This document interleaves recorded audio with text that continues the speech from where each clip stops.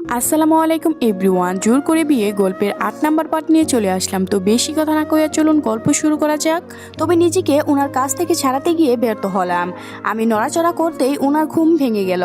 উনি ভালোভাবে চোখ পরিষ্কার করে আমার দিকে তাকিয়ে বললেন, কি সমস্যা, এমন নড়াচড়া করছো কেন? আমি লজ্জায় ওনার দিকে না তাকিয়ে বললাম, আমার উঠতে হবে, আপনি ছাড়ুন আমায়। উনি বিরক্ত নিয়ে বললেন, এখন এত লজ্জা? নেকা কোথাকার, কয়টা বাজে? এত সকাল সকাল উঠে কি করবা? ঘুমাও। তোমার ভার্সিটির টাইমে আমি অ্যালার্ম দিয়ে রেখেছি, আমারও তো বের হতে হবে বলে আমাকে আরো শক্ত করে জড়িয়ে ধরে চোখ বন্ধ করে নিলেন। ওনার কথা শুনে আমারও লজ্জায় কুঁকড়ে গেলাম। দাদি একদিন বলেছিলেন, মায়ের আর পোলারা পবিত্র বন্ধনে আবদ্ধ হইলেই তাদের মধ্যে মায়ের ভালোবাসা আপনা আপনি চলে আসে।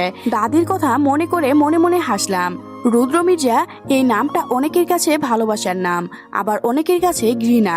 রুদ্র ছোটবেলা থেকেই ভীষণ গম্ভীর, রাগে অনেকটা সিরিয়াস টাইপ ছেলে। সে সবসময় সোজাসুজি ভাবে কথা বলতে পছন্দ করত।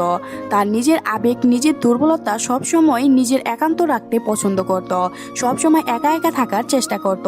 কিন্তু বড় হওয়ার সাথে সাথে সব পরিবর্তন হয়। তবে সব কথা একান্ত রাখার ব্যাপারটা সে এখনো পাল্টাতে পারেনি। না হলে কি 2 বছরের কাছাকাছি এসেও তার পুলিশ হওয়ার ব্যাপারটা কেউ না জেনে থাকতো?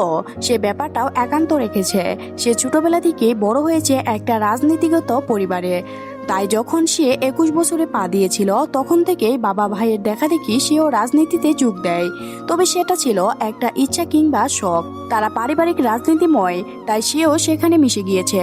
কিন্তু তার লক্ষ্য স্বপ্ন ছিল আলাদা। সে শুধু ভালো সৎ পুলিশ হতে চেয়েছিল। তা হয়েছেও, কিন্তু পরিবারের কাউকে জানানো হয়নি। সে খুব সাবধানে সব সামলিয়েছে। তার জেলা থেকে অনেকটা দূরত্ব একটা জেলায় তার পোস্টিং হয়েছে। সেখানে তাদের একটা ফ্ল্যাটও আছে, তাই সেখানে থাকতে তার অসুবিধা হয়নি। আর পরিবার থেকেও সেটা লুকিয়ে রাখতে বেশ কষ্ট করতে হয়নি। তাই বড় পুলিশ অফিসারের সাথে ভালো সম্পর্ক, তাই তার প্রফেশনটা আড়াল রাখতে পেরেছে। আর তার কাজের জন্য এখন অনেক শত্রু তৈরি হয়ে গিয়েছে। তাই সে চায় না তার সৎ পথে চলার কারণে তার পরিবারের কোনো ক্ষতি হোক। সে সব কিছু থেকে পরিবারকে দূরে রাখে। রুদ্রের জীবনেও অনেক মেয়ে এসেছে, সে রিলেশনও গিয়েছিল, কিন্তু তার ইগো কিংবা ব্যক্তির জন্য কোনো রিলেশন 1 মাসও টিকতে পারেনি। রুদ্রকে কন্ট্রোল করা সহজ না, কারণ সে রুদ্র মির্জা।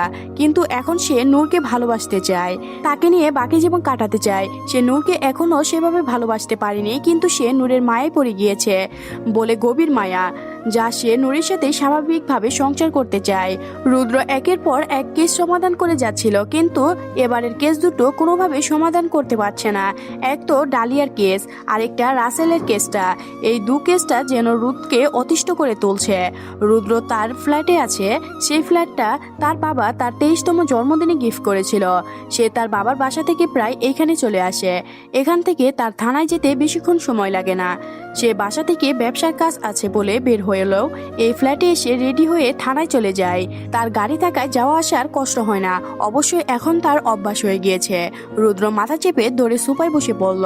তার আশেপাশে সব ফাইল এলোমেলো হয়ে পড়ে আছে। কোনোভাবেই সে কেসগুলো সমাধান করতে পারছে না। ম্যাডাম, এবার কিন্তু বাড়াবাড়ি হয়ে যাচ্ছে। আমি খুন করে ফেলবো ওই আমানের বাচ্চারে, কয়ে দিলাম। শায়লা খাতুন রেগে চিল্লিয়ে বললেন, চুপ কর, সব তোর জন্যই হয়েছে। মুখ খোলায় রাখতে কে বলেছিল? কুত্তার বাচ্চা, লাথি দিতে মন চাচ্ছে তোরে। যদি আমার ব্যবসায় কোনো ক্ষতি হয় তাহলে সেই দিন তোর মৃত্যু। রাসেল ভয় পেয়ে গেল। তারপর ভয়ে নিজে নিজেই বলল, ম্যাডাম আর হব না, এবারের মতো আমায় বাঁচিয়ে দেন বলে শায়লা খাতুনের পায়ে ধরে নিচে বসে পড়ল। শায়লা কিছু একটা ভেবে বলল, ঠিক আছে, এটা কিন্তু শেষবার, আমি কিন্তু আর বাঁচাবো না।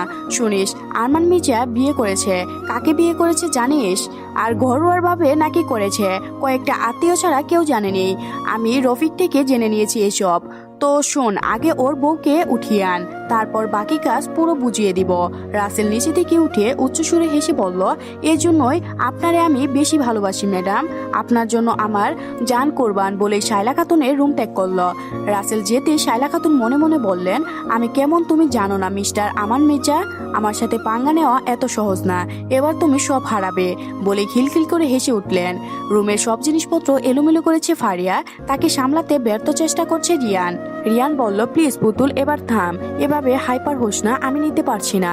ফারিয়া এবার কাঁদতে কাঁদতে নিচে বসে পড়ে বলতে লাগলো, আমিও পারছি না এমন মানসিক কষ্ট নিতে, আমি মুক্তি চাই এর থেকে, হয় রুদ্রকে এনে দাও, না হয় আমাকে মেরে ফেলো, তাও আমি আর নিতে পারছি না। রিয়ান বলল, শান্ত হও আমার পুতুল, আমি চেষ্টা করছি, কিন্তু ও তো ওয়াইফকে ওর ডিভোর্স দিবে না। ফারিয়া এবার কান্নার মাঝে রেগে বলল, তাহলে ওর ওয়াইফকে তার জীবন থেকে সরিয়ে দাও। তো আজকের গল্পটি এ পর্যন্ত শেষ হলো। পরবর্তী পার্ট পেতে অবশ্যই এই চ্যানেলটি সাবস্ক্রাইব করে রাখবেন। ধন্যবাদ সবাইকে, ভালো থাকবেন।